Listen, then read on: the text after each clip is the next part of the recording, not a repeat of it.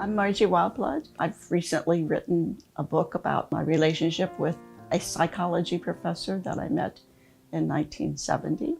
I was a junior, started my junior year in Radford, which at the time was an all-women's college. And he was my psychology professor, and I remember when I was given the card for his class, I thought, well, that's a strange name. And he invited students to come and talk to him. It took me about 6 weeks, but I decided, yeah, I want to talk to him.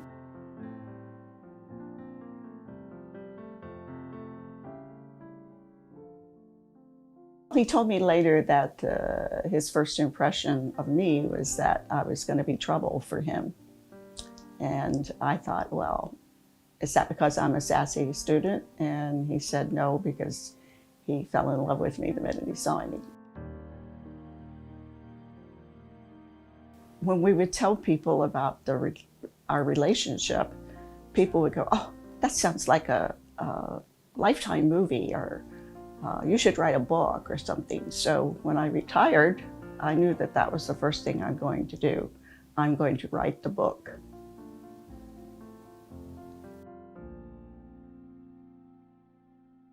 I sat here at the kitchen table, and sometimes I would write for 8 or 10 hours a day. Other times, I would take the day off.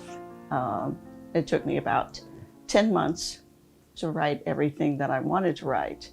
But I had 600,000 words, and I needed to get that down below 100,000 words. So because he was so important to me, I could remember conversations, and I had the poetry between us to also help me.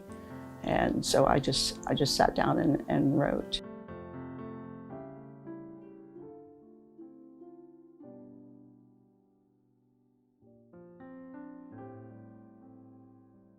The other part that was fortunate was when he found me in 1999, we had email. And so I remember when I changed computers, I said, I'm going to print out all of our emails.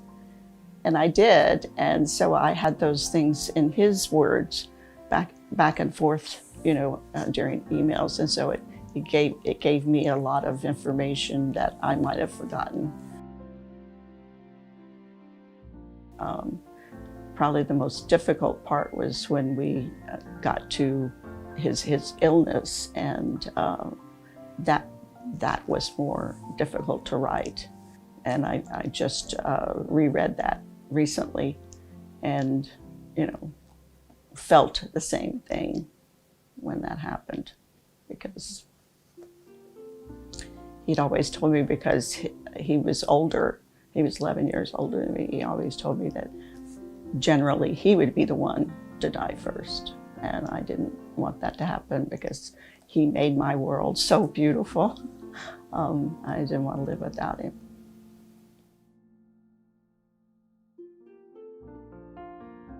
I like some of the lines from The Princess Bride, because we loved that movie. And I think there's a line about death doesn't end love. It just postpones it for a while. Death cannot stop true love. All it can do is delay it for a while. I'll never doubt again. It's not about being a well-compensated writer. It's about, here's this wonderful person, and what a wonderful life we had together, and that it is possible to find that with someone.